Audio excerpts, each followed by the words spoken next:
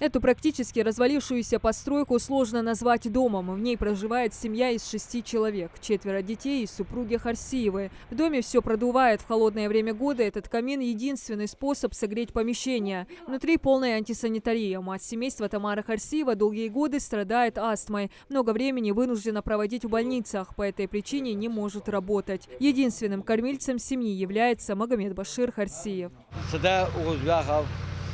57 günde 50 tuğan da lahti değil.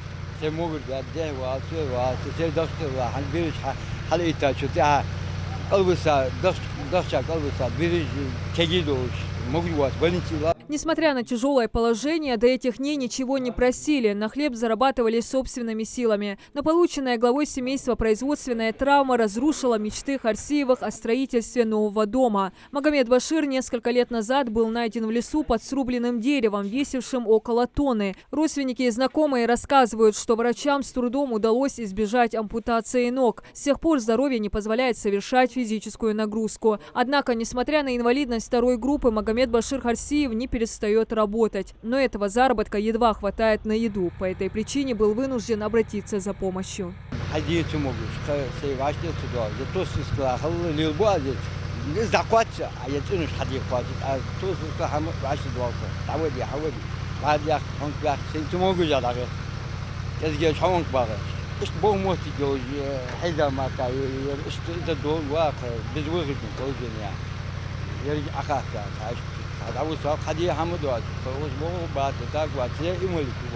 Однако всякой беде приходит конец. Впервые за долгие годы у семьи появилась надежда переступить порог нового, чистого, собственного дома. Посодействовать в вопросе строительства жилья для семьи поспешил фонд «Солидарность». Помощь семейству Харсиевых волонтеры приобрели 2000 строительных блоков. Сегодня выгружают только часть, уже завтра довезут остаток материала.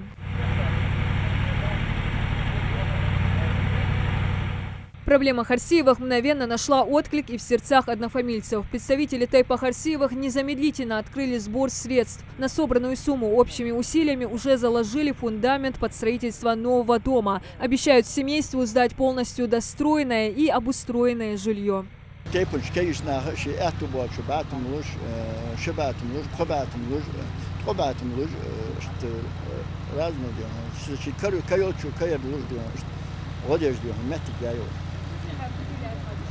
يجينا полностью дашак дахляха битхада чонахар جنوش арах остатели ван хати ежон чонах чиотиш коспальни кухни залы ёлыш стенош хадуа. Не остался безучастным и депутат Госдумы Алихан Харсиев. От себя лично меценат пожертвовал сбор однофамильцев около 300 тысяч рублей.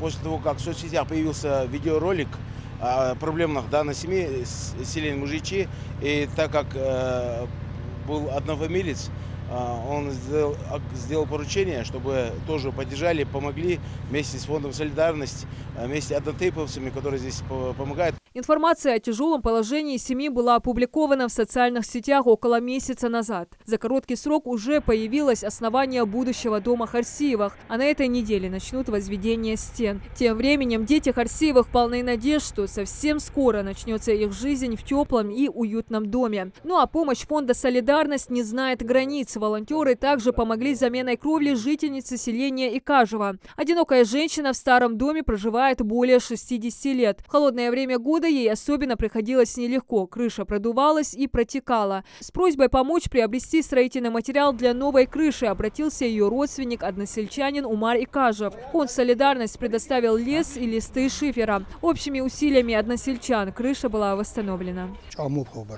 Черепицы, каждый малера, я хар мора, хацмо, бихабр. Калатри буга, штазиждер, ванаждер, пластмасса, ведражер. Утепну му амсик орцавелер. Хабяка цертир аяқайс. Чудмалла тиштхо дакасер. Изново хербер аттер. Тхон сара материал хайер. Солидар фондус. Далго саадот сар. Издagi хачо диаряс хау. Из фонда лили, из фонда орца мобянча, дал берка доша лёча.